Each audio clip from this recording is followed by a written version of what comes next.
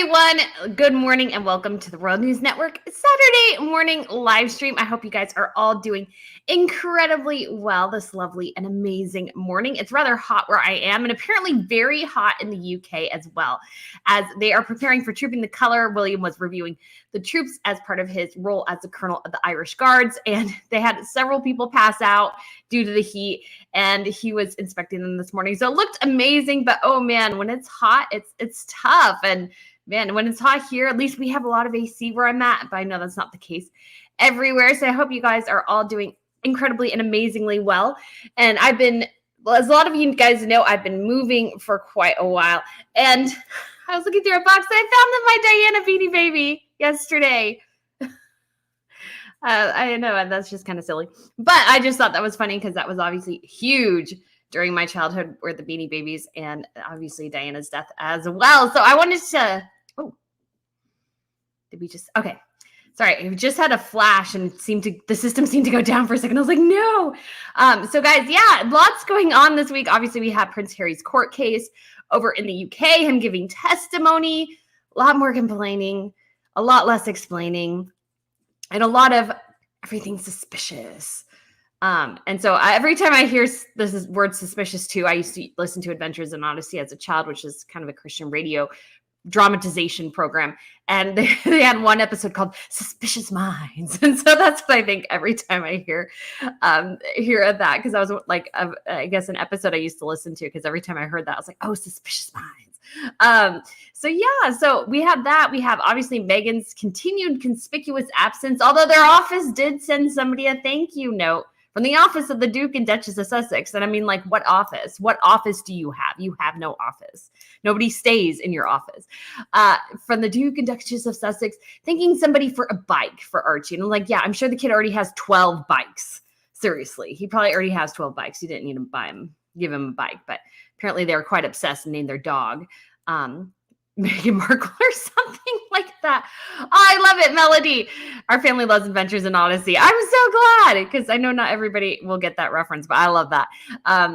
So it was great back in the 90s. Not, I don't think quite as good now, but it was amazing in the 90s.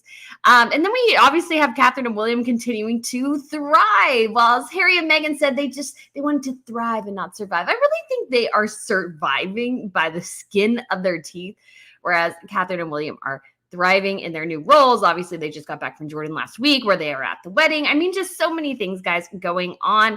So without further ado, let's just say hello to a little bit. We got Ritz. Good morning. Babs McHugh. Looking forward to the live stream. I'm so glad. Hopefully it's good. Oh boy, what a week in royal news. Things just keep getting crazier and crazier with the gruesome twosome. This is from Kate London.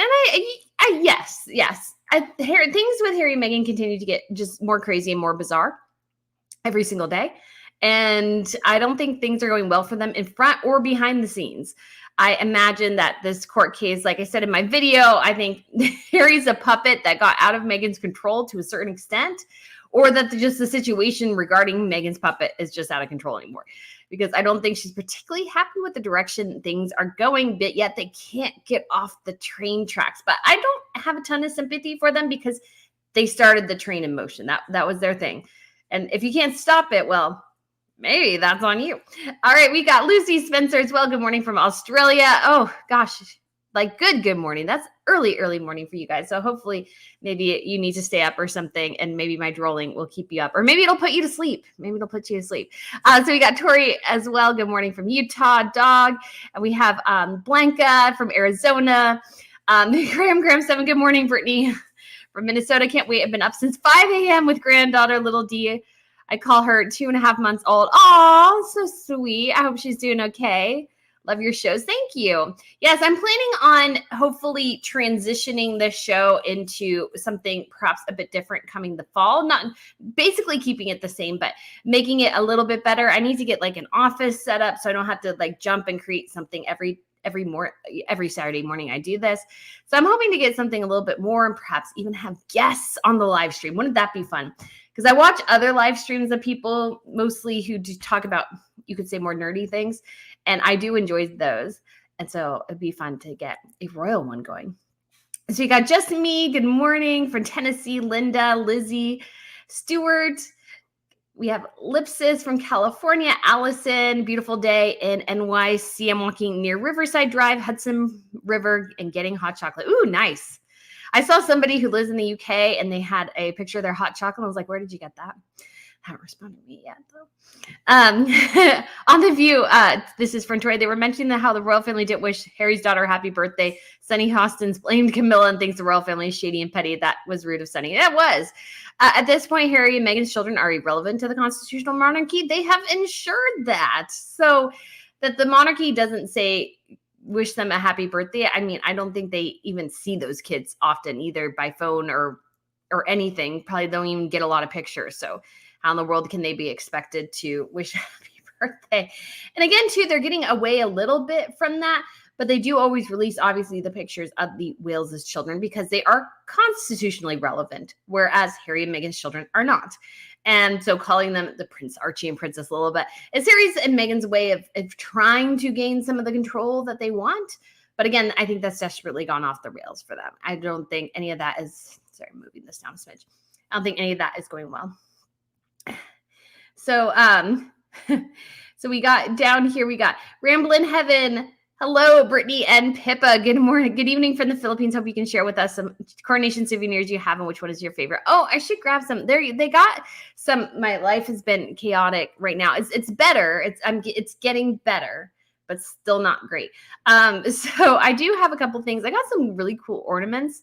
And one of them says, and I'm not sure what word they use because sometimes they change the word. It's like, well-behaved women seldom make history or don't make history. So they had one of those in the Tower of London shop and kind of the Anne Boleyn motif that they did. So I thought that was pretty cool.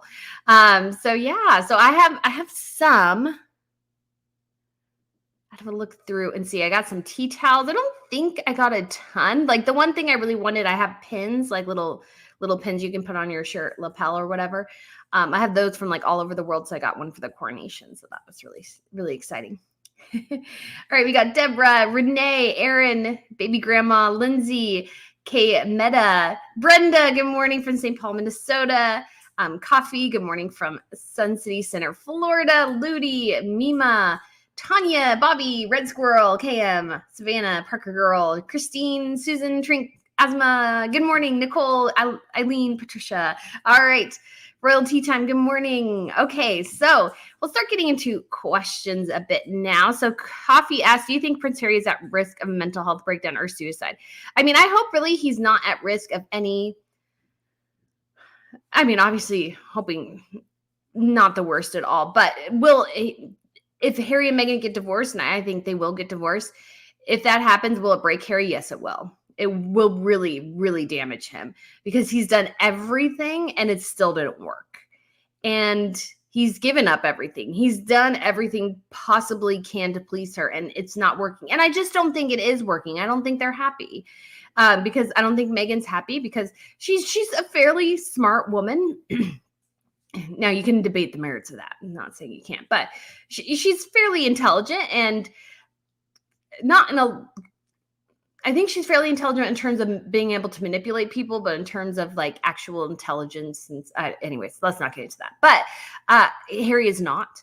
And I think that causes some tension sometimes. I think their whole like debacle, everything going sideways for them is not helping her mood whatsoever.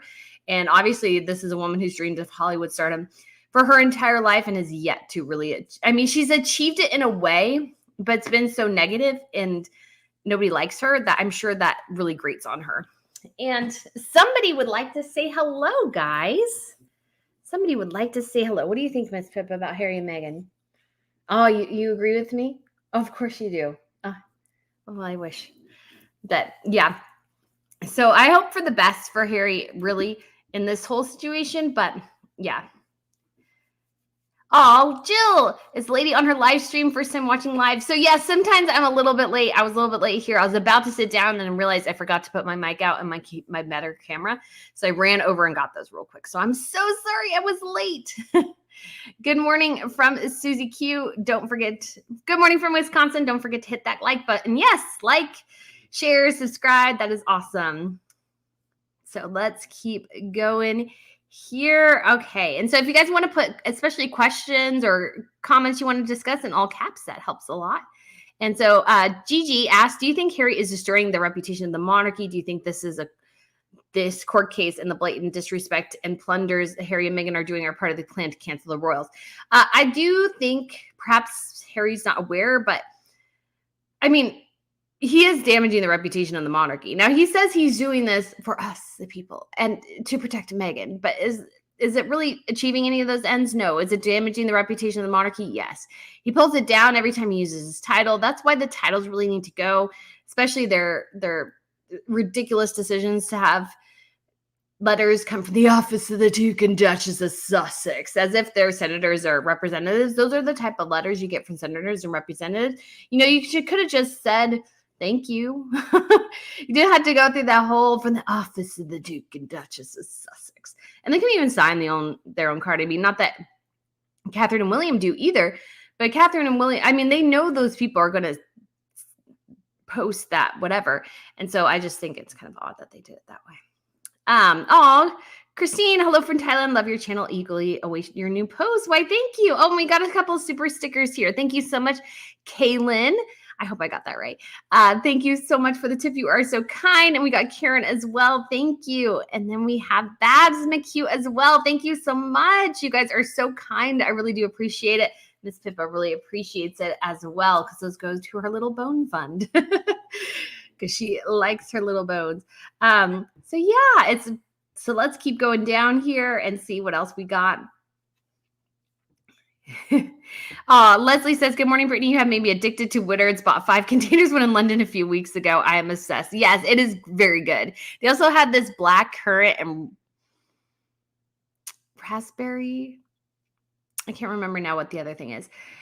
Tea that you can just put a couple scoops into a glass of water and stir around and you got to drink. It is good. It's so good. And so I usually do that once in the evening because I'm like, oh yeah.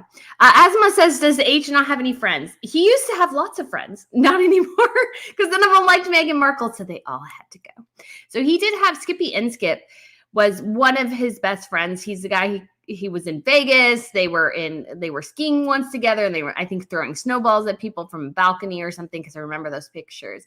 And Skippy had been with Harry through everything.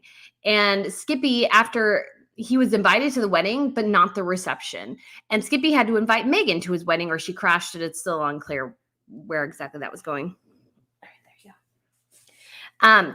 And Harry just dismissed him. And so I don't think he was made, because he could have been, and I don't think he was made goddaughter of Skippy's child. Because, I mean, these guys are childhood friends. They went through high school together and everything. They knew each other before that. Harry was not made a godparent to Skip's first child. And so, I mean, that's huge. And so they've had a huge, massive rift. As far as I'm aware, they don't talk to each other anymore. And I think Harry, again, if he came back and if he was contrite and just so asking everybody for forgiveness that he was totally bowled over and lied to by Meghan, I think people would take him back if they're decent. But I think right now, and I think too for people's, and I feel like this is cliche, but for their own mental health and well-being, and just because they can't really trust what Harry is doing, they have to keep their distance from him to a certain extent. They're not sure what he's going to say. They're not sure what he's going to do. They're not sure what Meghan is going to say and do. So they have to keep him at arm's length, which is really sad when you think about it. Oh, Sharon, thank you so much for the super sticker. You are so sweet. I do appreciate it so much. All right, we'll keep going here. So Julia says, everything Harry and Meghan do has money or lawsuits involved, and Harry is taking our British press to court. Yes, and he's saying it because he wants to fix it. But how can he fix it if you don't fundamentally understand it? I mean, again, I hate to say it, but this guy barely graduated high school. I would be surprised if he could put, I hate to say it, a couple of paragraphs together and make them sound coherent.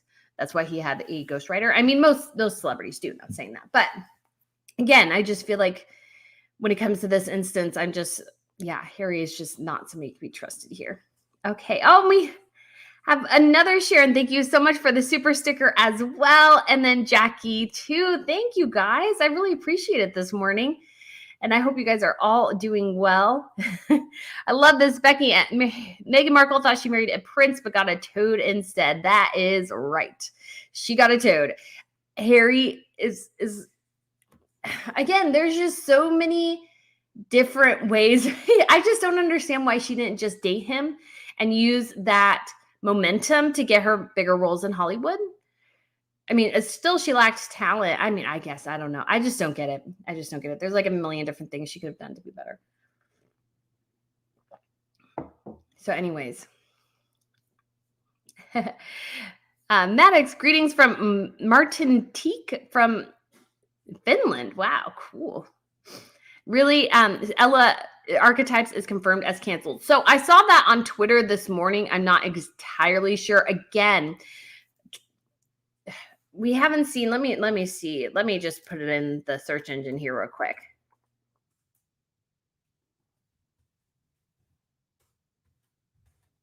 And see who's reporting it.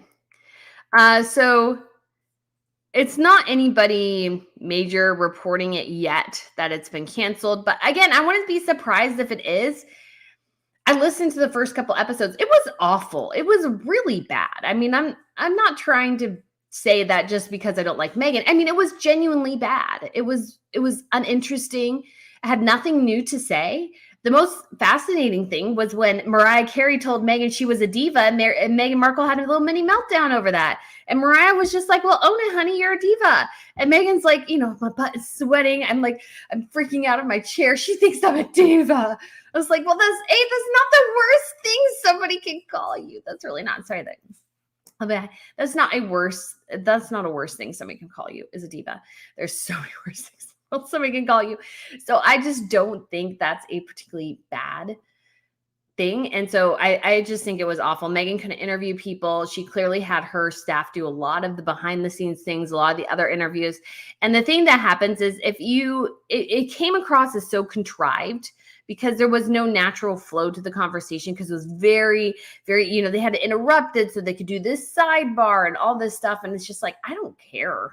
Like, it wasn't anything interesting to say. And they were all broadly, you could say, left-wing people, not entirely, but, because I don't know Mariah Carey's political stance really.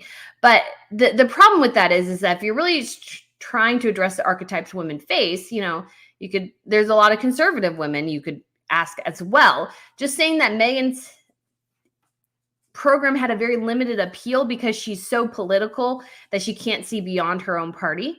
And granted, you could see that for everyone, but I mean, I'd interview Meghan, I'd interview anybody really, because you just get a different perspective of people. And I think that is helpful because we all have a similar human experience to a certain extent. So if you just eliminate one side of the conversation entirely, then you're just left with this small little bubble.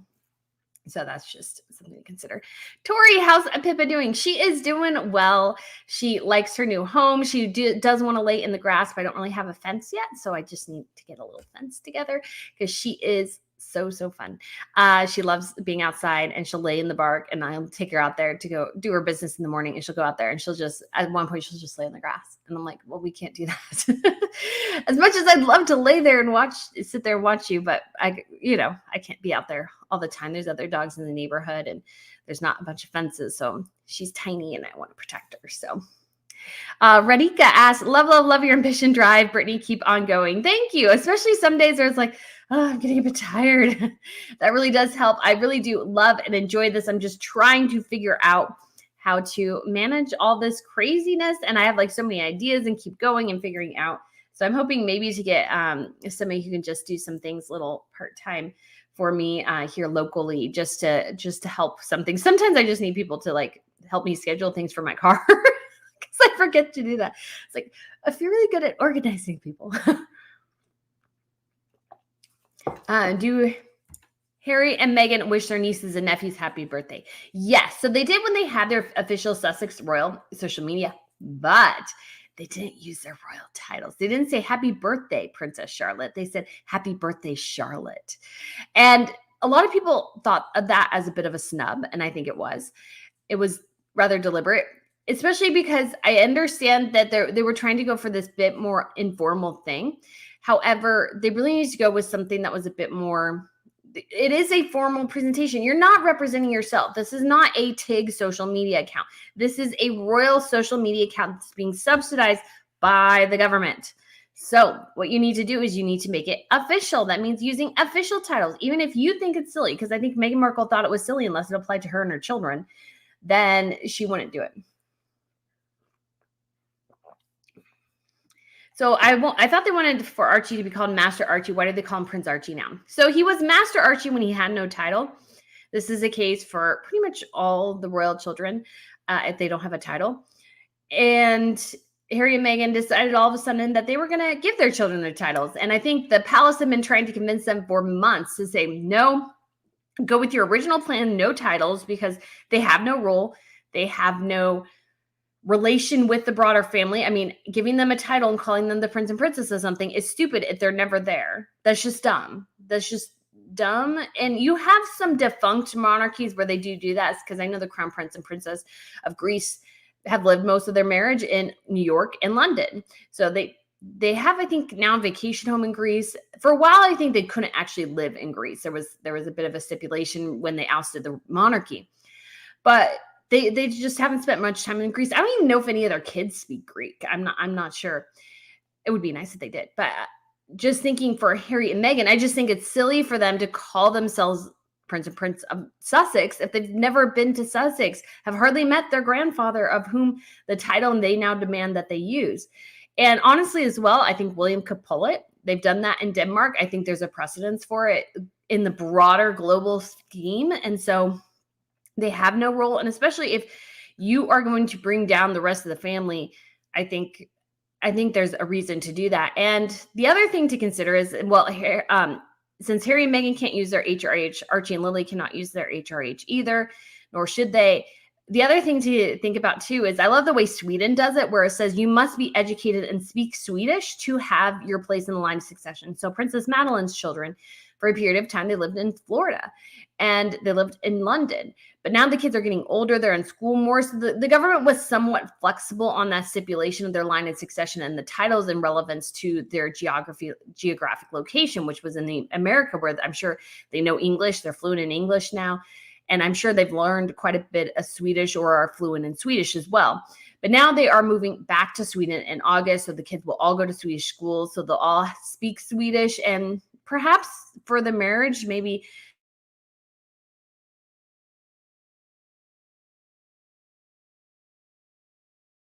Christopher O'Neill, who's Madeline's husband, in Europe. So I think it'll be okay, but it'll be just interesting to know, and hopefully this is not going in and out. Hopefully it'll be interesting to know if and how things come together to a certain extent. Okay, so let's go ahead here, and I got a couple of super stickers, and we got Diz Fan. Do you think the case is against Piers Morgan? Yes, and just everything about the media, but really, they're because it's so dumb, because they're like, well, Piers Morgan hates Meghan Markle now, and he was the editor of the Mirror then. Somehow those two things, like a 20-year gap, somehow these two things are connected. I'm like, no, they're not. They're not connected. What happened with Diana is also very different than what's happened with Meghan. Diana invited the media intrusion in a lot of ways because she wanted those shots, especially to dig the knife into Charles's back. And she wanted this interesting control. And I don't necessarily blame her for that. But she was also irritated when the media and press wouldn't leave her alone. And yes, did they become too much? Of course they did. Was Diana frustrated by that, angry by that, struggled with that? Yes, of course. But looking at this whole thing, it's a give and take. It's a complicated dynamic and relationship. And obviously, it has nothing to do now with the relationship between Piers Morgan and Meghan Markle. Piers, I think, doesn't like Meghan because he met her and then she completely ghosted him the next day. Like, I'm sure she was all flirty and gave him all this great stuff in terms of, well, I'm going to do this, I'm going to do that, and yada, yada, and we're going to be the best friends. And then she totally ghosts him when she gets with Harry. And I'm sure he reached out to her and she either said something nasty to him or completely dismissed him. And he was like, you came to me wanting X, Y, and Z. Now that you've gotten something better, I'm like lower than dirt. What the heck?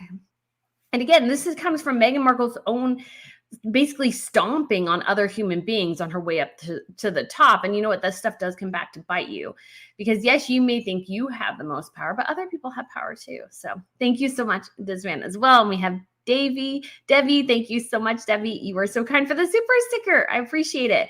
And then we have Peggy as well. Thank you so much from Detroit. Brittany, my daughter and I are getting ready for the Taylor Swift concert this evening, and I wanted to pop on to say thank you for your wonderful and informative channel. Oh, you are so sweet, Peggy. Thank you. I hope you guys enjoyed that concert.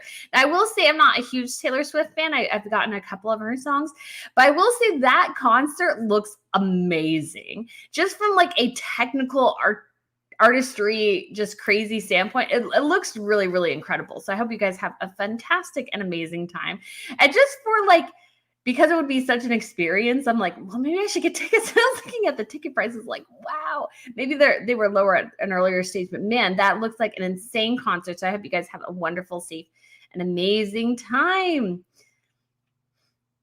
All right. So Duchess of Nothing says, so I moved around here a bit. I saw a report that the Invictus game show was canceled. Is that true? Surely a huge loss has been filmed to put out a trailer. So I saw this, and well, I could see, I just don't know if I entirely think it's true. Just because, unless it's just really, really, really, really bad. I can't foresee it being super bad. Or if Netflix was just like that Live to Lead thing completely bombed. So we don't know if this is going to do any better.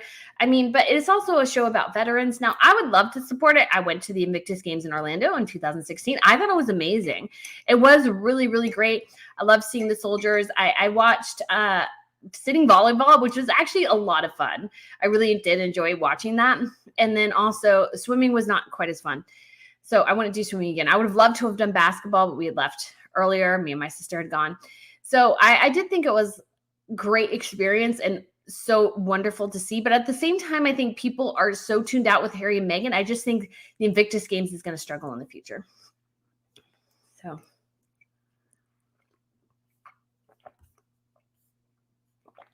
Oh, and I got to say, Miss Pippa's in her bed.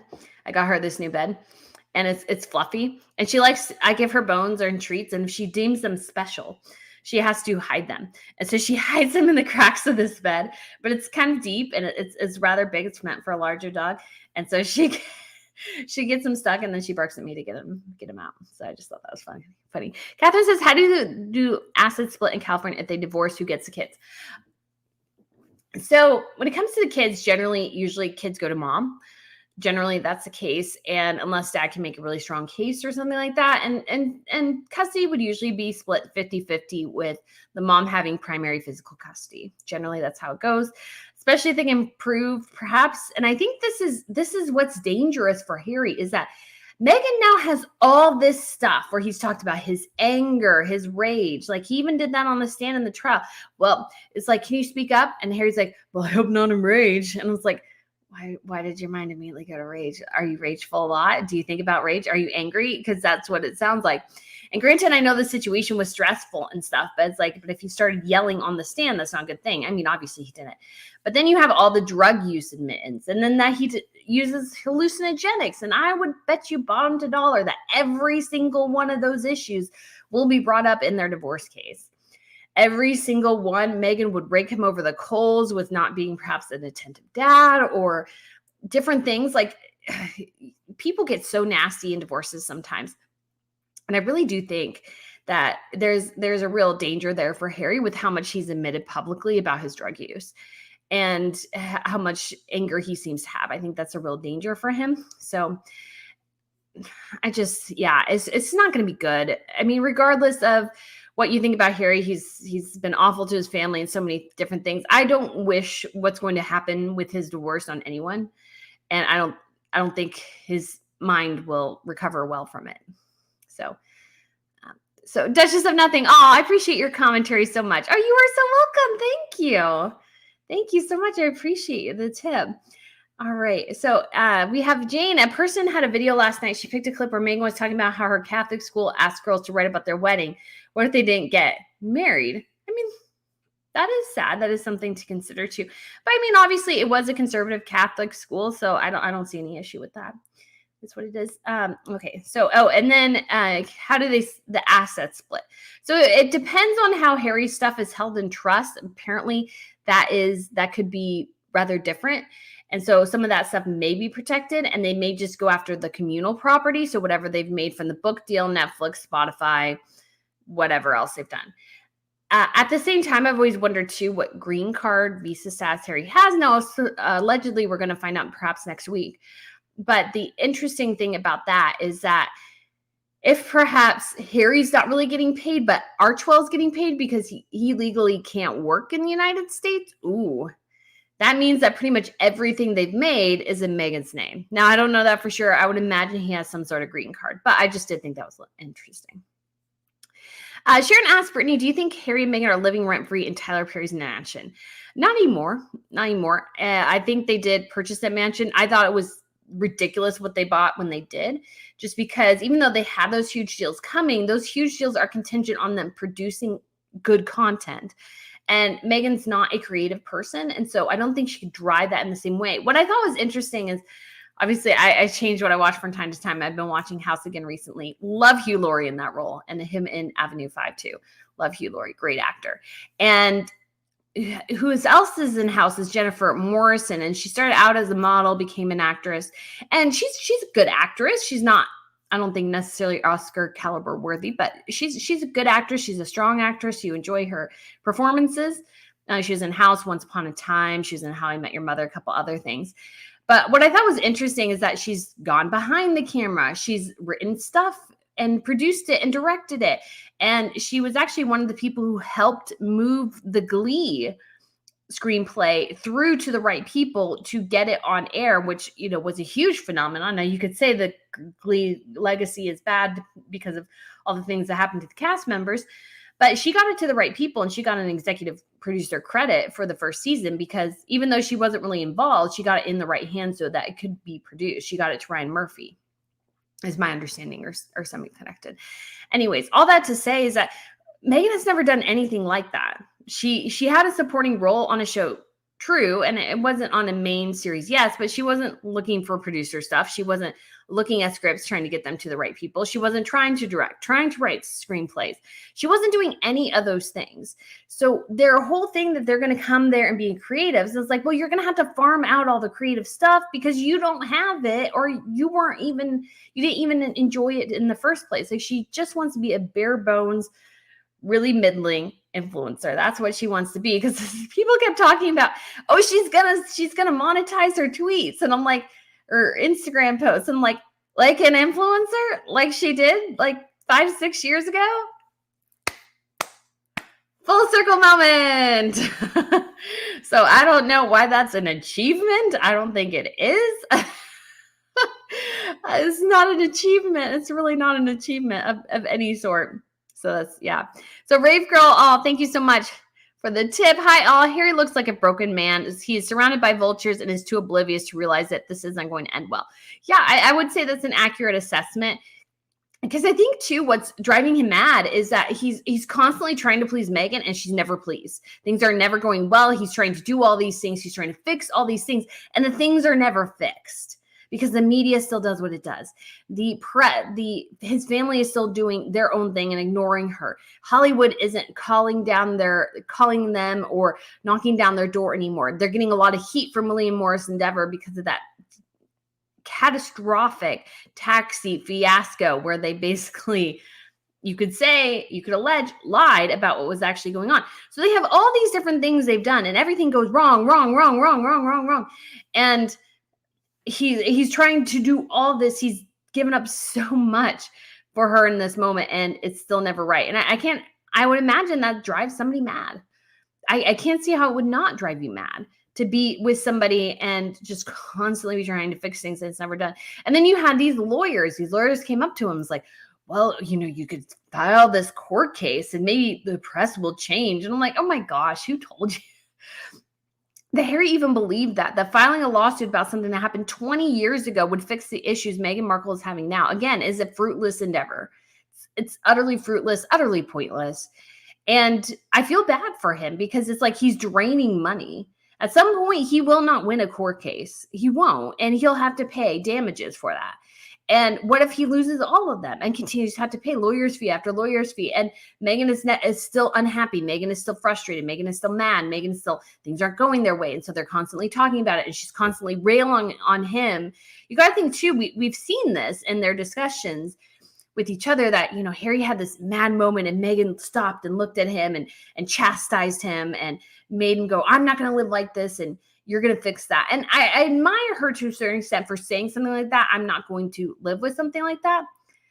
But you also think too, you got to wonder if Harry's expression in that moment was right or wrong. And if she does that to him constantly, well, how dare you say something like that? You need to fix your attitude, because it's all about always fixing him. She's never wrong. It's always about fixing him. And he's fixed to such an extent that he's not fixed. He's more contorted because he's trying to constantly change and move to get her happy. And then it's never working, and he's getting more and more frustrated, and he doesn't know what to do. And so, I mean, again, I feel genuinely sorry for the man. And so I hope he is okay, and generally hope that he one day is able to find whatever peace he can, because he's not going to find it with Meghan, and he's not going to find fulfillment with her either. Because again, this is a long tangent, but I feel like he's constantly trying to save Diana and fix what happened to her. And that's not going to happen with marrying somebody else. William had it right. He married somebody almost the exact opposite, not totally, but in some ways very much the opposite of his mother. His mother, you could say, she was wonderful. She was empathetic. She had this gravitas, this amazing, amazing chemistry with people. She was just wonderful and loving, but she could also be toxic, slightly unstable, very, very emotional, had, you know, huge emotional swings. And Catherine is very much the opposite. Catherine had a much more stable childhood than Diana had. She is very much a calming influence on her husband. She is very much, I think, a much more stable figure in William's life. And so he's like, you know what? I'm not going to choose to repeat the past in order to try to save it. I'm going to say the past is the past. I'm going to leave it there, and I'm going to create a different future. And that's what William's done. And I think this is why he's done so exceptionally well with Catherine and their marriage and their children, and why I think they'll probably go the distance.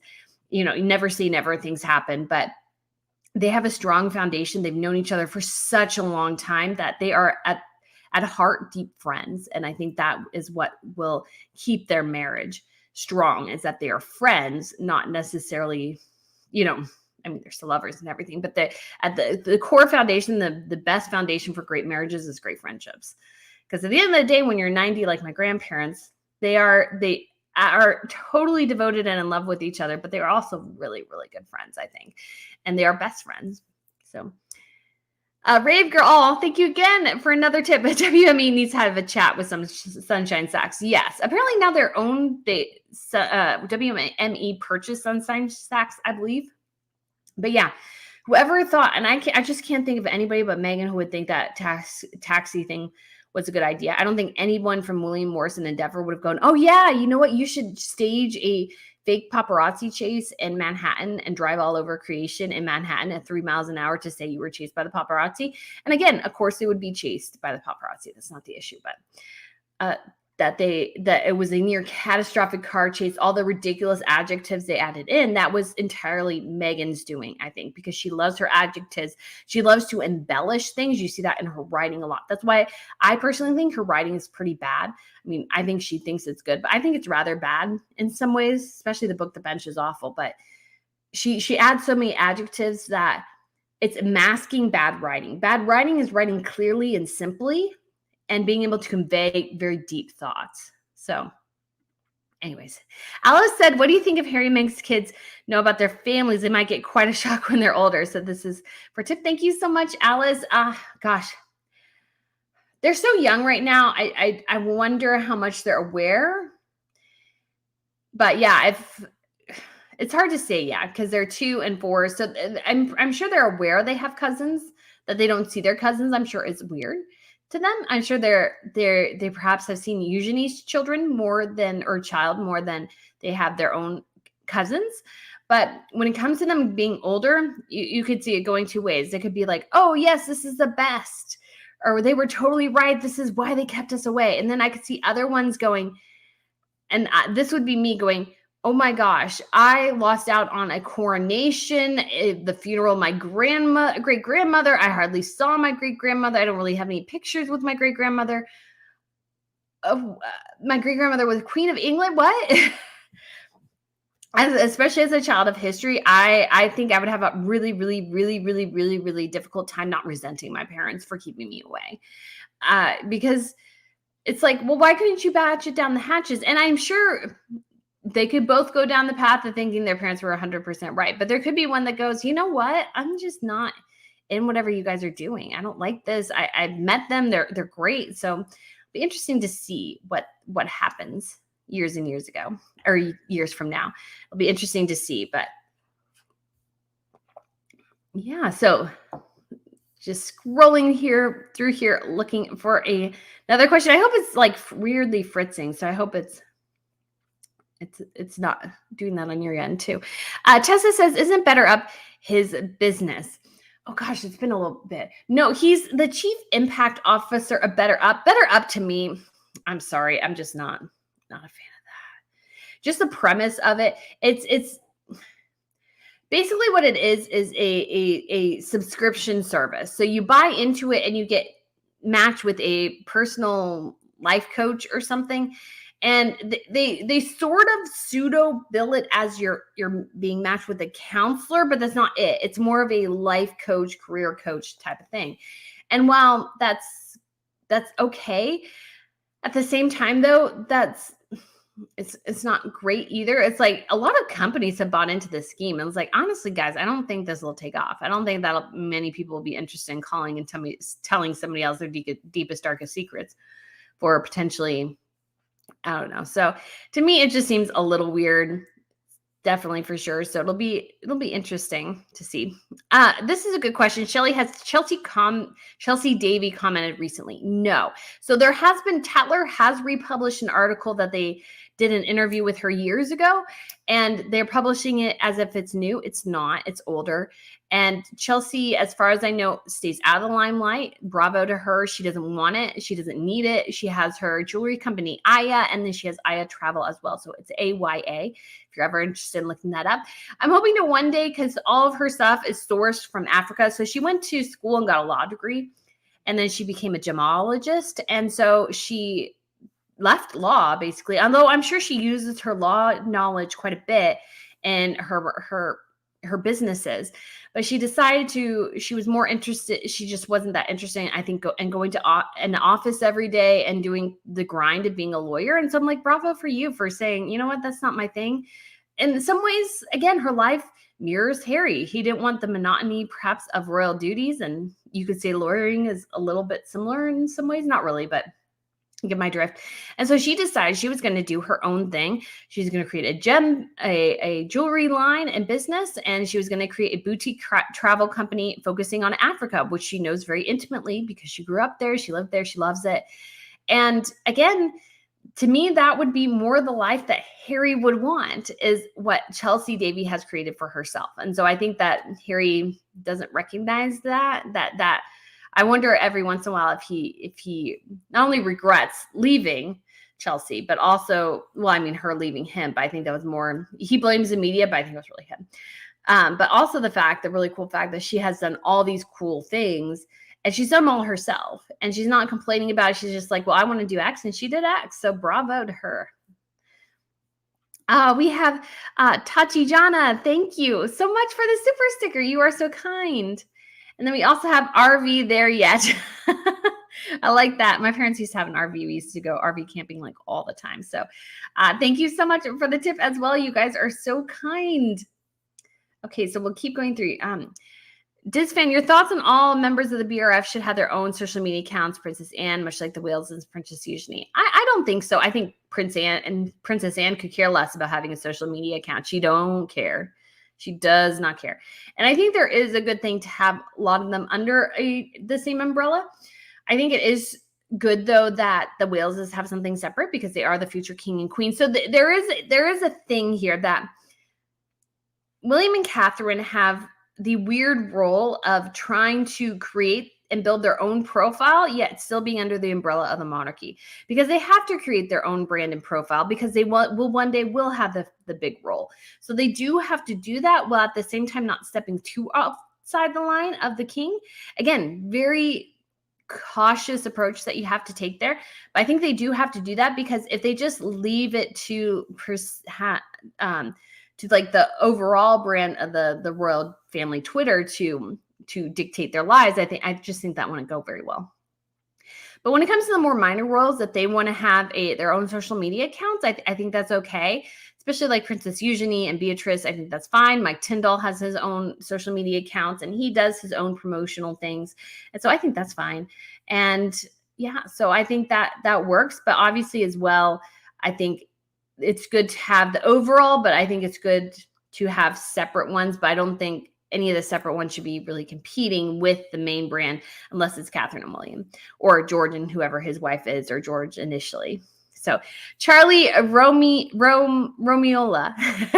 I don't think I got that right, but I hope that share, that's much easier. Hi, Share here. Love your channel. I heard Meghan's podcast Spotify was canceled. Is that true? And how are they getting awards if she fails at everything?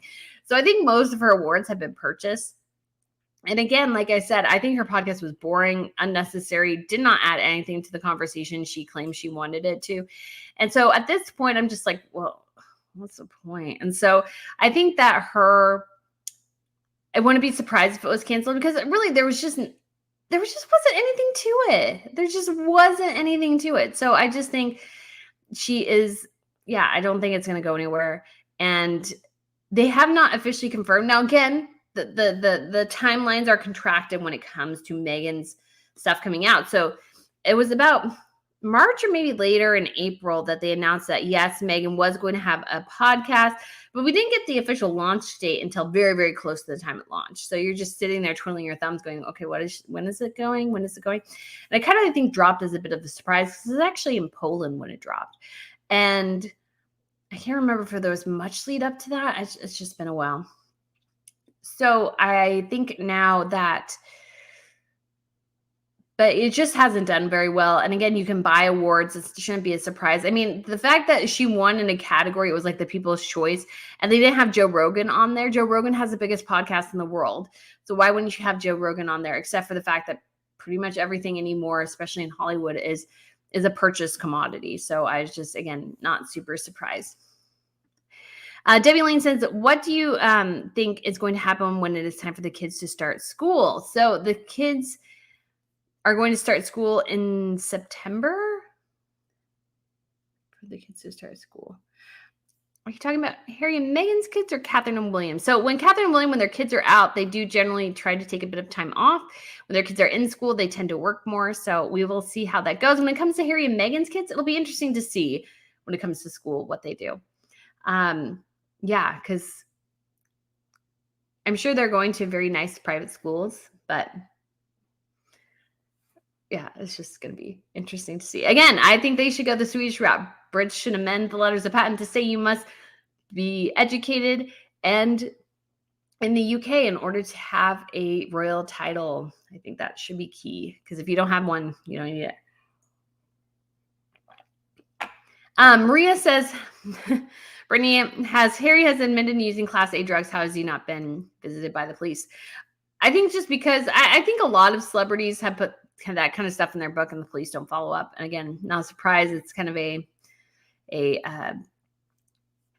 what could you call it? Just an influence thing. So I just don't think it would be. And again, it doesn't sound like he's doing much of that now. Now he's taking hallucinogenics, but yeah, it'll be interesting to see.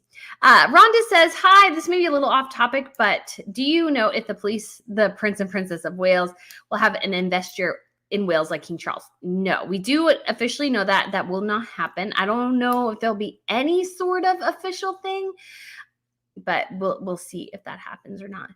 And so it'll be, I don't think, official in terms of something very, very low key. We haven't heard any news about that yet, but we definitely know for sure there won't be like a little mini coronation that Charles had. Maria says, hi from West Sussex. I live here. Can I be called a Duchess? Sure. Duchess Maria has a lovely ring to it. Having a heat wave here. Nice to be inside listening to you, Brittany. Can we see Miss Pippa again? Well, she is sleeping, so if she wakes up again, I'll definitely see if she wants to come over. Because sometimes she just likes sleeping in her bed. So she's a happy little beans right now. So, did Prince Harry really say for the courts to address him as His Royal Highness of True the Audacity? Yeah, that was in something. That was a quote in something. I'm like, I thought he wasn't supposed to use his HRH anymore. But again, it's just how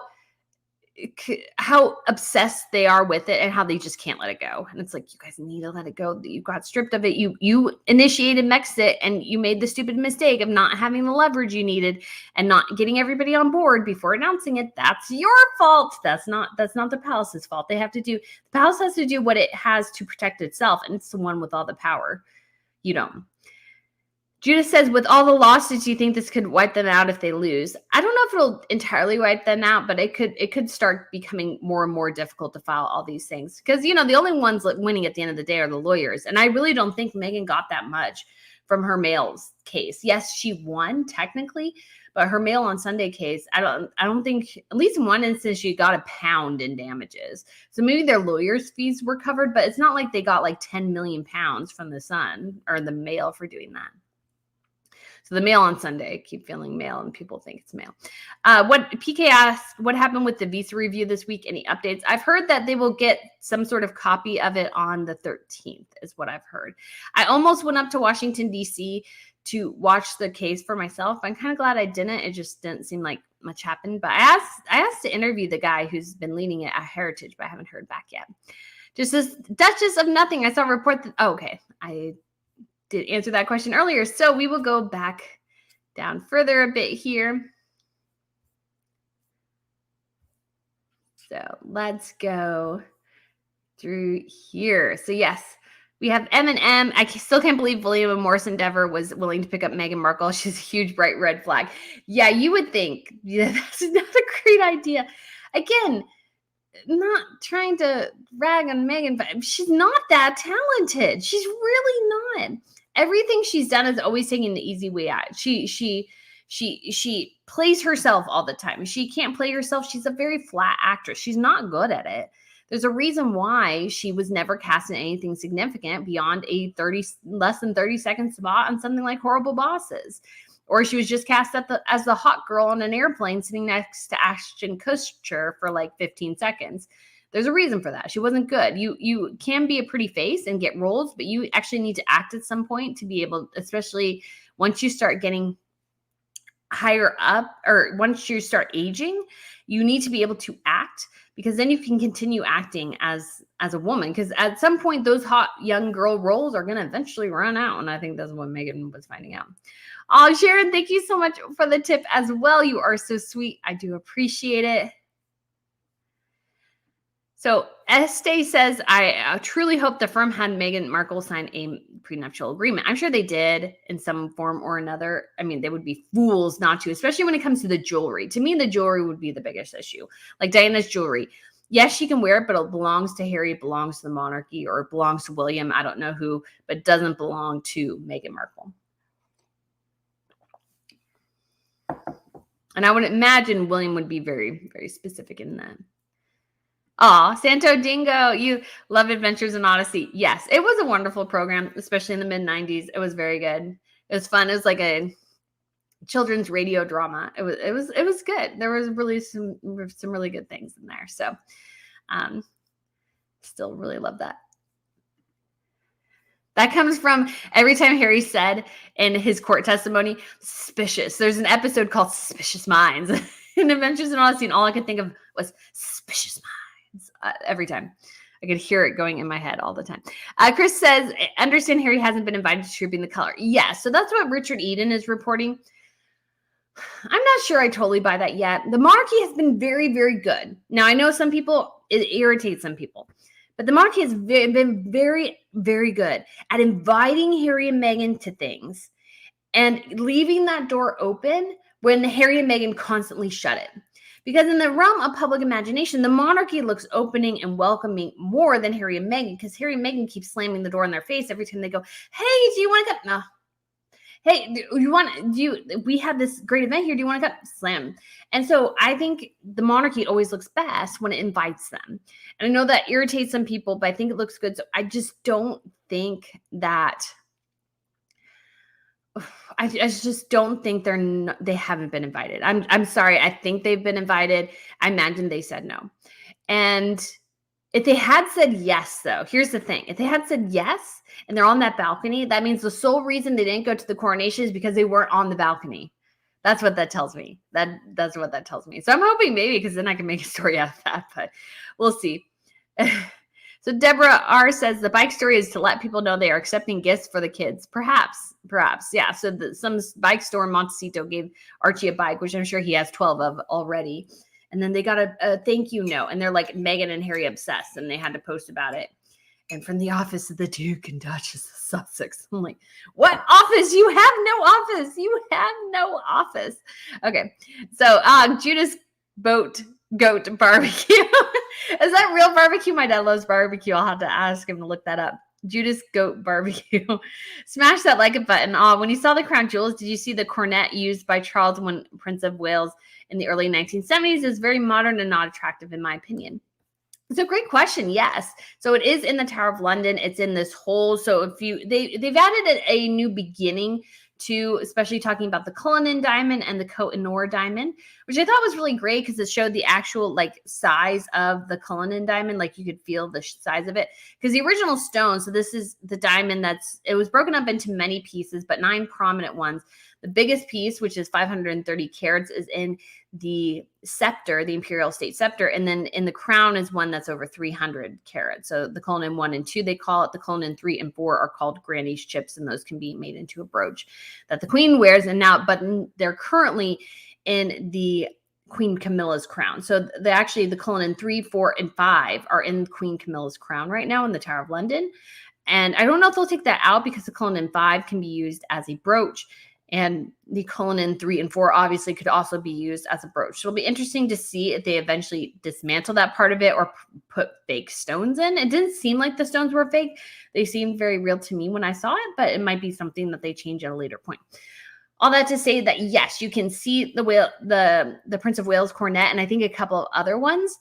Again, they're not super impressive, but there are like little diamonds in it, which I didn't realize, and maybe pearls too. It's been a while, so I can't quite remember. And you can't take pictures. So when I first went to Europe in 2003, which was 20 years ago now, if you can believe it, a lot of places didn't allow you to take pictures. Now, pretty much that stipulation is gone, because everybody has their camera phones.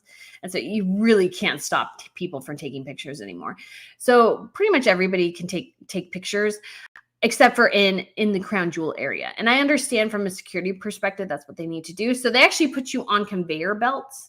So you actually convey down one side, and they're on one side and the other. So you can go down one side, and then you can go back and go down the other side. And I would recommend doing that, because the actual casing behind, or the thing that holds the Cullinan 1 diamond in the imperial state scepter, is actually rather beautiful. So I would suggest you do it if you get a chance. So anyways. Sheila says, great, Brittany. The situation with the kids is beyond weird. So thank you, Sheila. Yes. Thank you so much for the tip as well. And Judas Goat Barbecue. So yeah, the situation with the kids is weird. It is weird. I've said this before. I think the kids are real. I don't see how they cannot be. I think Meghan was pregnant. I don't think surrogacy was involved, all those sorts of things. But the kids the way they've handled their children is so incredibly weird. And it's weird because it's like they want you to invest in their children, and yet you can't see them. But I'm like, but it doesn't work that way, you two. You cannot not let us see your kids and then hide them at the same time and expect everybody to be okay with that. That's not how this is going to work. Because what happens is, if you can't see the kids, yet you talk about them all the time, we can't gravitate towards them. We can't attach to them, because we don't see them. We don't see them growing up. We have no frame of reference for them. And if Harry and Meghan want them to be private citizens, that's fine. You need to stop talking about them then. Don't talk about them. That's the deal that you need to make. Some actors do that. Like, I think it's Benedict Cumberbatch. He has 3 boys, which I didn't realize. I knew he had at least 1 child. I didn't realize he had 3 sons. He never talks about them. And there's a reason for that. It's like he wants his focus to be on his work. And so I think Harry and Meghan, they need to either need to show their kids more or stop talking about them, because I can't even see them as parents because I never see them with their children. That's just the truth. Catherine and William, we see them with their kids all the time. I think it's great. And again, that's part of their role as a future king and queen, that they need to do that, of course. But it'll be interesting to see with Harry and Meghan, because I think they've made the horrendous mistake of believing that people are going to attach to their kids just because they're their kids. And it's like, no, people need to actually see your kids. They need to develop a relationship with your children to want to invest in them. Invest, what I mean is that not give money to them, but invest in them as an image, as a brand. But Meghan Markle's not allowing them to do that. So Suchaya, I'm sorry, no, I'm not pronouncing your name right. Do you think the Harkles will show up for the Tripping the Color? I can see it going two ways. I can see them saying no, because again, they won't be the center of attention. Yet I can also see them desperately wanting to be back on that balcony because they need it for their brand. And perhaps it's a way to show off the kids and stuff like that. Even though they'll probably spend 2 seconds there and leave, I could see them coming. Is that true or not? I don't know, guys. I don't know. But again, I think they would be invited. I can't see how they would not be, because it does not benefit the monarchy to not invite them. They look better every time Harry and Meghan shut the door in their face rather than if they do. So that's what I think. Kimberly, I think Beatrice would be a great working royal. She is great at the wedding in Jordan. Yes, she is. And I'm planning on making a video on that because I think she would be a great working royal.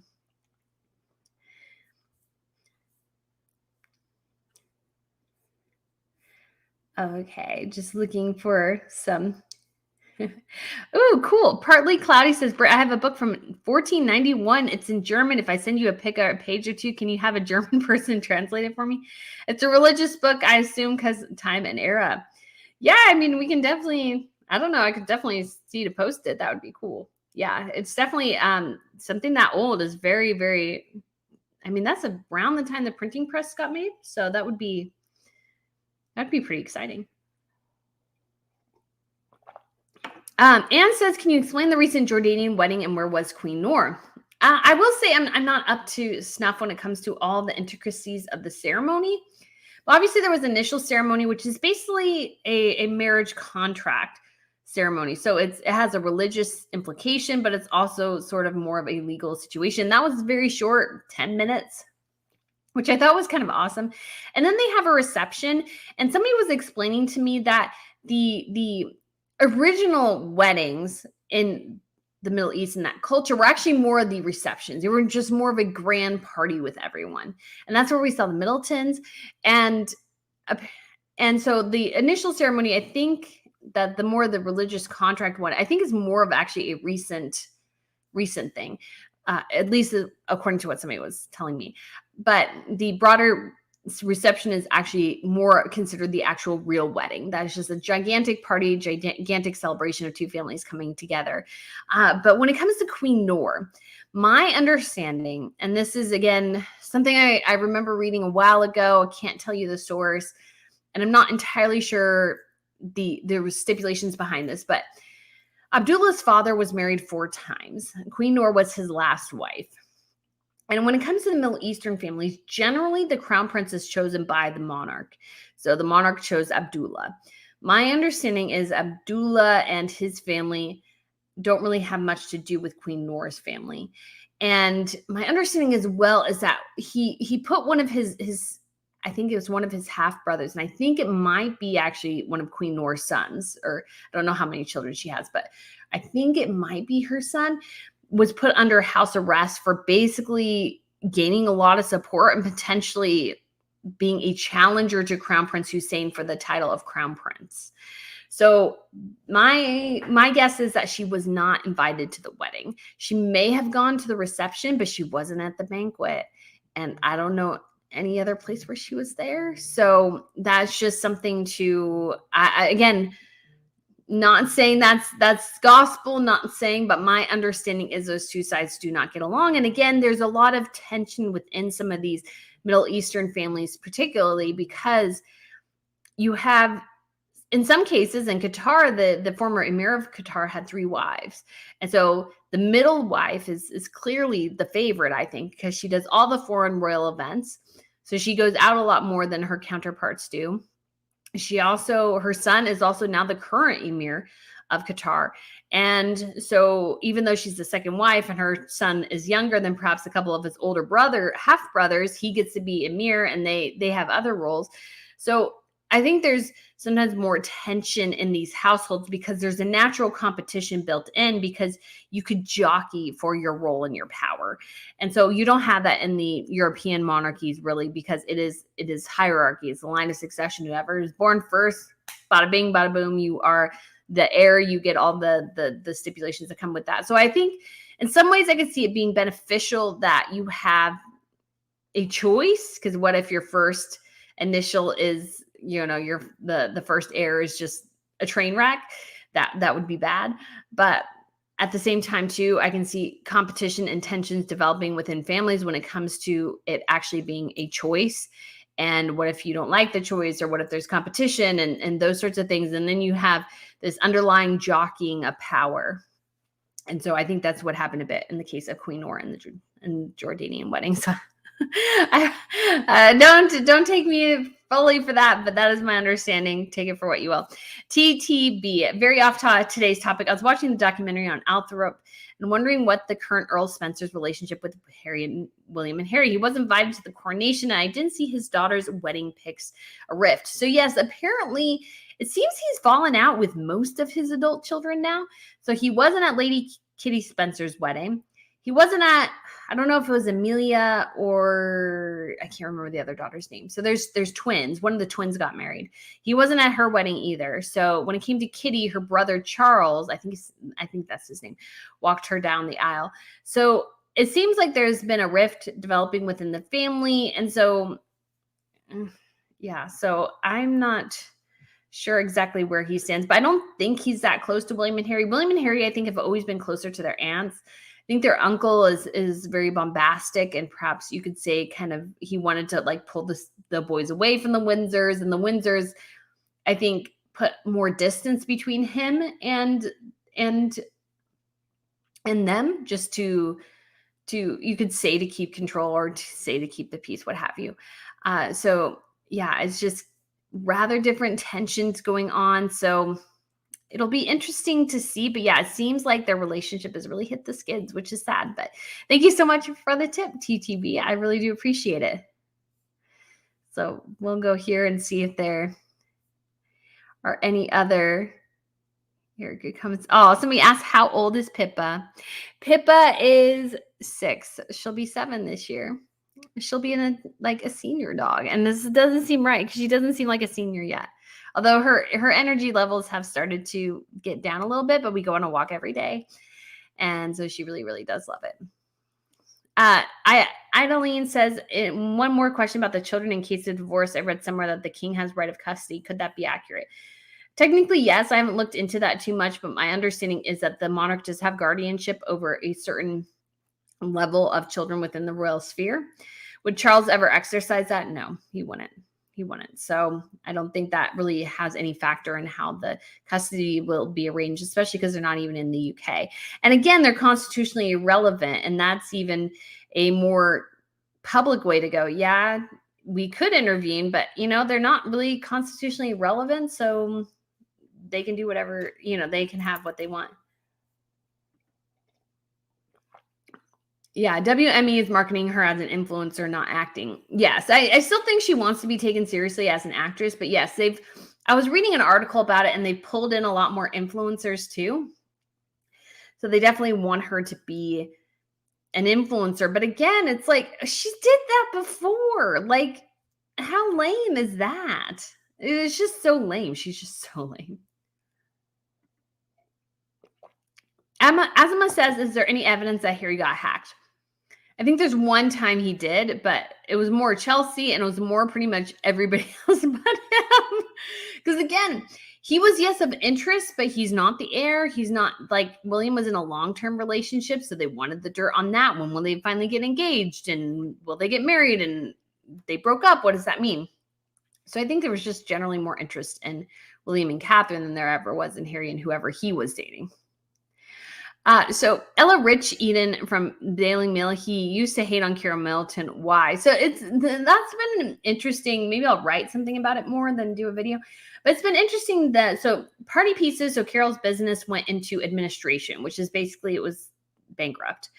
And they owed creditors to something million pounds. And so they were purchased out by somebody. I would imagine it seemed like they got some lump sum out of it. But what's interesting is, I guess some of the creditors or some people who invested are mad because they said, well, Carol is the mother-in-law, the future king, and we invested because we thought we could trust her. And I'm like, well, William has nothing to do with Party Pieces. Catherine has nothing to do with Party Pieces anymore. You should not be basing your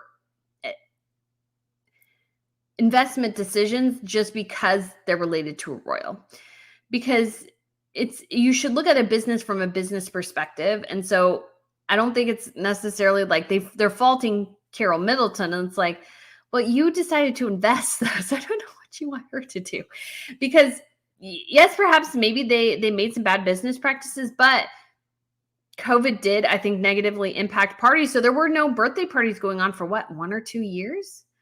That's going to hurt. That's going to hurt. So obviously they struggled with that. They tried to get some, financial help from the government. We had a similar program here in the United States. And apparently, again, all of it didn't go through, but it was just something where it's like, yeah, it wasn't the best, but could I really fault Carol for that? No. Because there's just only so much people can do sometimes. And perhaps they didn't do as well as they should have, and they should have done some business things better. But I also think as an investor, you should not be investing solely because that person happens to have a tenuous connection to the monarchy. Probably not the best idea.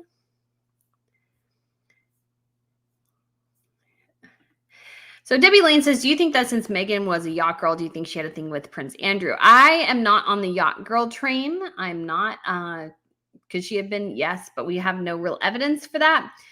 So I don't think she had a thing with Prince Andrew. I don't even know. Again, all this stuff with the yachting and it's got all convoluted. And I really think usually the simplest answer is the easiest one, or the most logical answer in terms of that person's practices. And so, yes, Meghan was always trying to climb the ladder, but do I really think she was doing the yacht girl thing? No, I don't think so. Robin says, do you think that Meghan has created a lot of cultural issues where there was none? Yes. Yes, she has. Definitely, she was putting the United States cultural issues on Britain. I was listening to something else today, I think, or reading something where they're like, stop adopting all these American cultural weirdness things that we have right now around race into Britain, because it's different. It's different. And perhaps it's not perfect, but it should be. What's happening in the United States now, in some ways is manufactured, in some ways is true, some in ways is manufactured. So I really think you need to be cautious, and I don't think it's fair for Meghan to basically take, you could say, the historic racial tensions here in the United States and then place it on Britain as if it's the same thing. It's not. It's a different relationship. It's a different dynamic. You have a lot of immigrants directly from Africa, where in the case that does happen in the United States, but it's not quite as much. England was the country that ended slavery, and they went after other companies and countries that were still doing slavery in terms of it's not called the Western Passage, but whatever was the passage between Africa and South America and North America when it came to the slave trade, they helped end that. So I really think it's unfair of Meghan to place the cultural burdens of the United States onto the UK when, yes, they share some historic connections, but not all. And I do think as a historian, it's good to recognize and understand the past, but also recognize that all of us humans are deeply flawed. And I'm sure somebody will look back on some of the things we're doing today in horror and be repulsed by what we do sometimes within our own culture. So I think a level of grace is not that people haven't done bad things. It's not what I'm saying, but like a level of grace and understanding is involved so that we can prevent it. And so, for me, I think what Princess Eugenie is doing is great. Let's look at what is happening now in terms of slavery, because there are slavery cases happening. Let's look at that. Let's try to end slavery overall instead of focusing on the past, because the past is the past. You can't change it. So why not we change the future? You should learn from the past to change the future. So that is what perhaps I was awkwardly trying to get to. So Tanya Green said, I enjoy your channel, Brittany. You have such a pleasant disposition and your content is well researched and thoughtfully presented. I spent my junior year of college in the UK. Oh, that's so exciting. Thank you so much, Tanya. Yeah, I hope to one day be able to at least do some studying in the UK because I think that would be so cool. Wendy Linton. Hi, Brandon. Do you think Harry and Meghan will cope when their invisible children actually go to school? Do you think they will wear a disguise for some weird reason? No, I think they'll be fine when their kids go to school. As long as nobody photographs them, and it's not because they want to protect their privacy, it's because I think Meghan doesn't want anybody's attention on anyone but her. So I think that's why they don't bring their kids to things. Or that they know their kids are kind of crazy out of control, maybe. That could be the other reason. So yeah, there could be a couple of reasons, but I think really Meghan's narcissism means that she doesn't really want her kids to be out in public and taking perhaps attention away from her. I don't think she's interested in that. Okay, so we do have in the Queen Noor questions, Nona's World says Queen Noor's son under House Red tried twice to do a coup, and she has 4 kids. One of them was in the wedding ceremony. Oh, that's great. I'm glad at least one of her kids was. But yeah, there's definitely some tension there.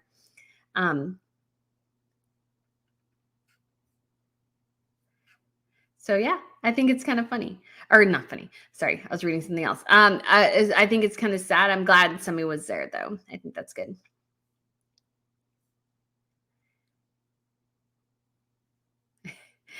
OC says, I wish someone could interview them and ask straight up questions. Harry and Meghan will fail for sure. Yeah, I'd love to ask them like legit questions, and not to be mean or rude, but to ask them like legitimate questions, because I just don't think they're willing to answer some of those questions. And I just think that is, I like, it would just be so good to have somebody who's knowledgeable actually catch them in their BS and challenge them. Like when Meghan told Oprah Winfrey, well, they didn't give my son a title. And I could go, well, the letters of patent say he doesn't get a title. And then to see how Meghan would react, going, oh well, you know, they were promised. I was like, but that's not what the letters of patent say. So were they going to amend the letters of patent?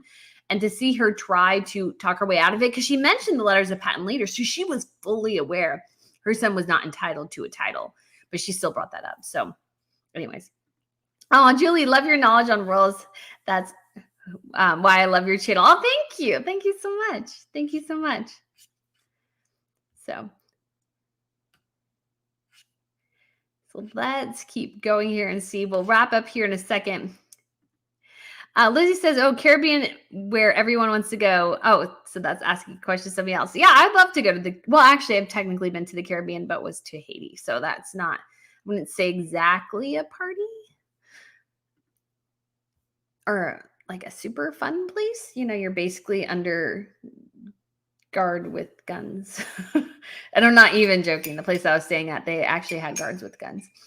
That's what you have to do. And you can't stop when you're driving places. You have to go from point A to point B. Don't stop. Don't. Yeah. Partly Cloudy says Eugenie is on an anti-human trafficking foundation. I think it's a good start for as far as anti-slavery stuff. Yes, I've actually interviewed former people who were enslaved, and their stories are horrific. I would start interviewing them, and I get about 2 questions in, the whole story would just tumble out of them, and they would be just so wrecked and emotional after they were done.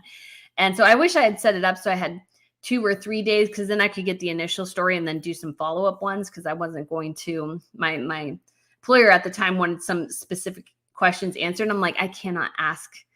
They've given me such an amazingly horrific story. I cannot sit there and go, okay, well, asking the follow-up questions is like, I can't do that. So I think they do that. It's absolutely something that happens. And it happens a lot in Africa. These women I met were in Africa, and they had been promised jobs in China, in the Middle East. And they went and they were basically enslaved by somebody. And then they were in sex trafficking, and they were raped and brutalized in so many different ways. one of the women had this especially horrific story. And so it's something that really does happen and should be addressed completely. And it was sad. One of the people, I didn't interview them as part of this, but I talked to another person. They said it was because it's not just sexual slavery, it's also just basically work slavery as well. And this person, he had gone to, it was one of the Middle Eastern countries, and I think it was Qatar for maybe the World Cup or something. And he went there and he never came back, and they said he died, and they have he just disappeared within about 6 months. And so just find that really, really sad. Okay. So Maxima Hunt, you can't reason with the narcissist. So true. So true. It's so true. Yeah, because it's, again, reasoning. I'm all about reasoning, figuring out. It's crazy. Court watched Australia. Well done on the Royal Fashion News Channel video going, well, 2+ million. Yeah, it's like 2.8.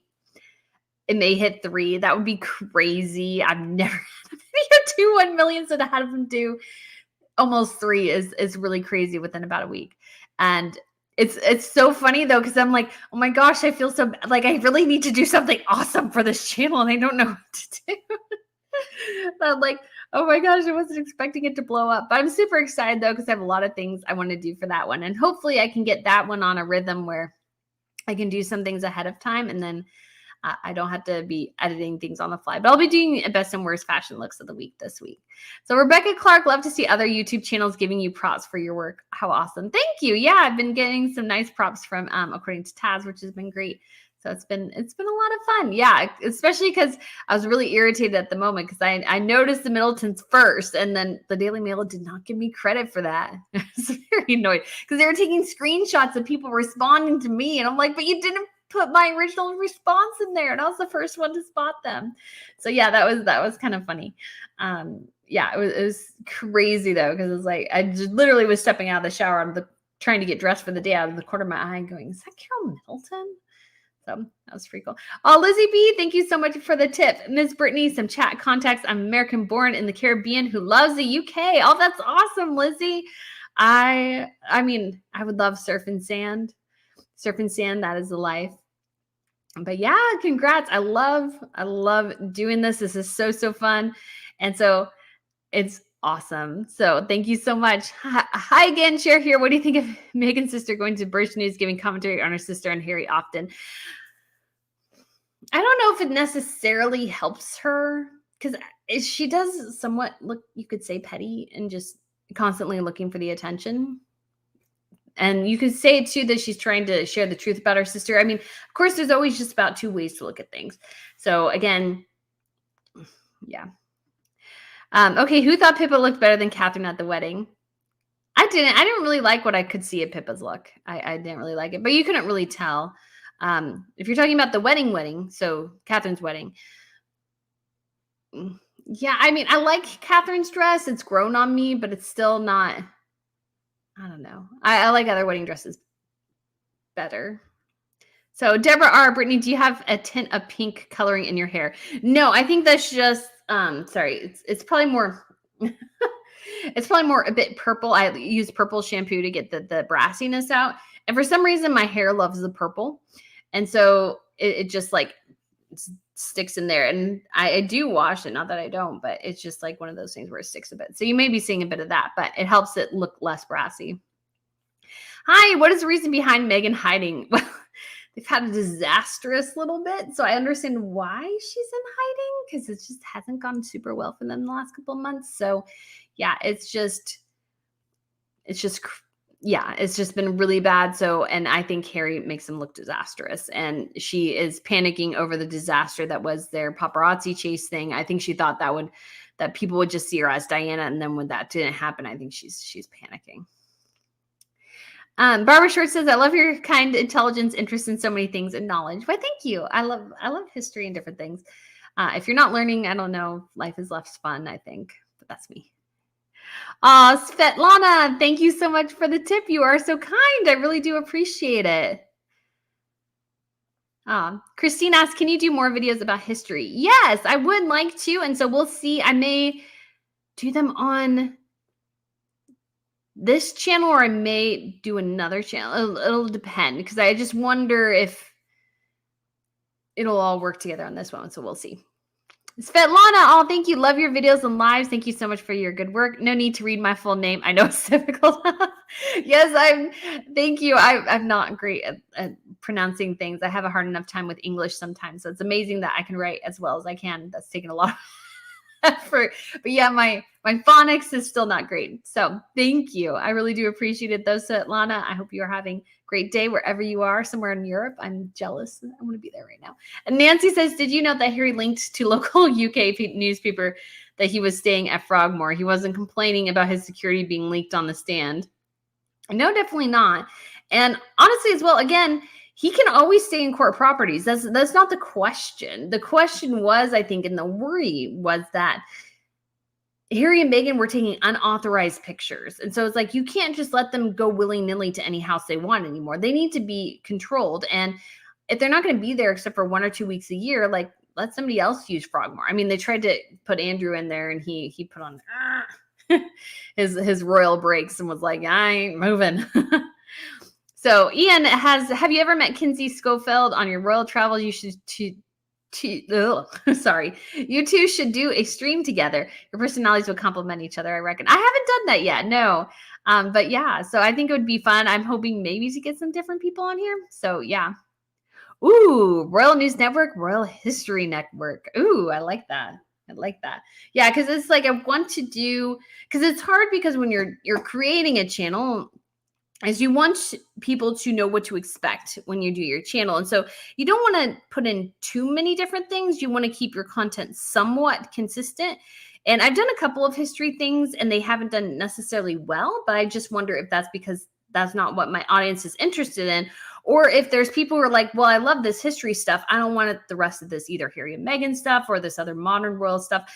I just want to focus on the Tudors or something around that time. So to a certain extent, it makes somewhat sense to have actually a separate channel devoted just to that, because then those people who love that can be there. People who love this can be here. But if people want to cross over and do both, that they can. That's at least what I did.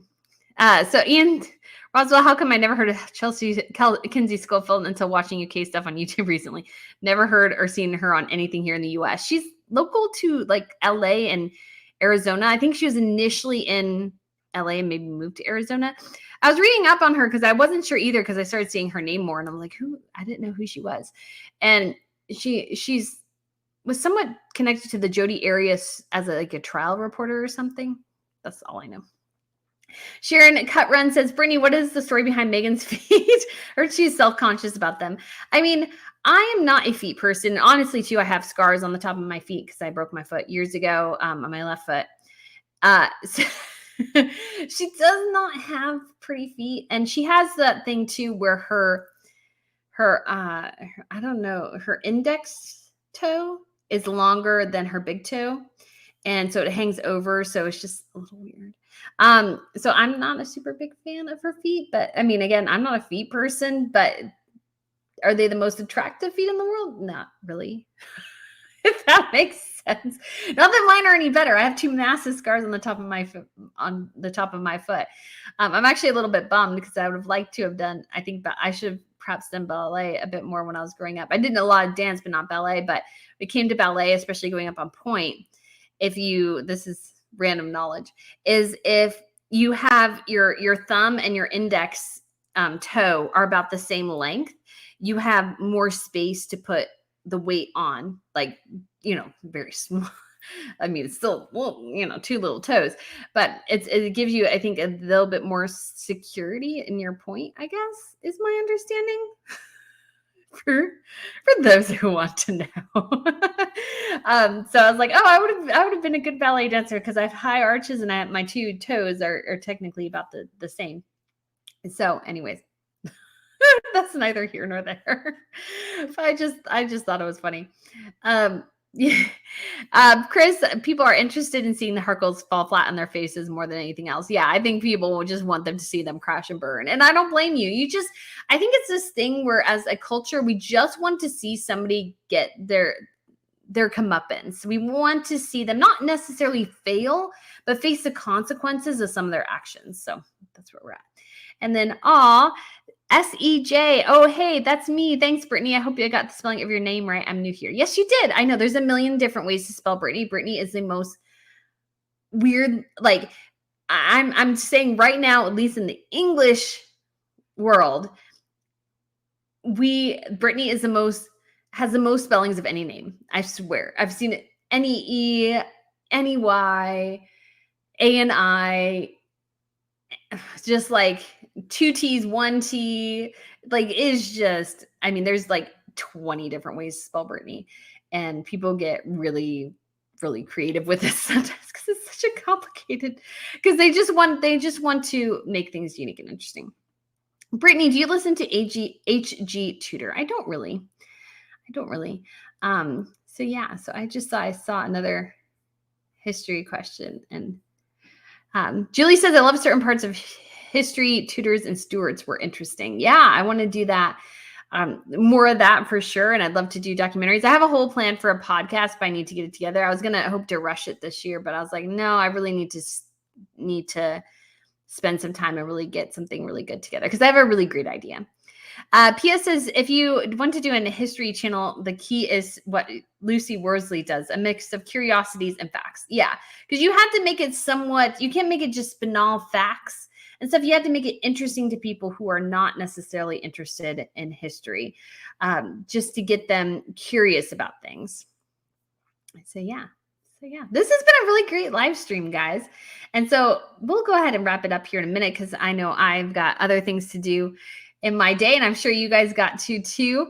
And so Honeybees says, do you think Harry lost money being in the UK for an extra day? I heard he was only so many days before he loses billions. I would doubt that. So I don't know. It would all depend, I think. I don't think he would lose millions, but was he annoyed probably to have the court chastise him and tell him he wasn't there long enough? Oh, heck to the yeah. Did you read the thank you note for the supposed gift? So entitled. Oh, yes. It was ridiculous. And did you guys see that apparently, Harry left a copy a spare for a flight attendant? I was like, really? And he didn't even like sign it, as far as I know. That like, if he was going to leave a copy a spare, I would be so annoyed. It's like, why are you giving me your book? I was your flight attendant. Why didn't you write a personal note in it? If you're going to make all this effort to give me your stinking book, why not write a personal note in it? So anyways, Wendy says, what is the significance of Urquhart Castle? So it's in Scotland. It's right on Loch Ness. And so I'm not sure the exact significance, but I think it's really pretty. It's because it's kind of a ruin now. I sort of love when castles become ruins, and somewhat churches too. Particularly if they've been abandoned now, but if they've been abandoned previously because of wars and stuff, because oftentimes clashes would hit churches and stuff. And I just thought it's kind of cool when like it's still a sacred, holy space, but nature is sort of reclaiming it too. I kind of like that juxtaposition. It's kind of cool. But Urquhart Castle is right next to Loch Ness. So it was a fortress there, and it had been sacked at some point. So it has been very heavily damaged, but it's really, really pretty. And let's see if we can end on a fun note here. Let me see if I can find my picture of it. It's been a long time. So we'll see maybe if I can find it, or maybe not. It's taking too long for photos to come up. It later, just because it is a really cool place to see. I really, really do enjoy it. So guys, again, thank you so much for watching. I hope you guys enjoyed this podcast, or not podcast. It's a live stream. Oh my goodness, it's a live stream. And Cindy, thank you so much for the super sticker as well. I hope you guys enjoyed it. I'm getting a call from somebody, so I bet you they're maybe inviting me to lunch or something. So anyways, guys, I hope you have a great evening, morning, wherever you're at. I hope you guys have a wonderful weekend and have a great day. Talk to you later. Bye.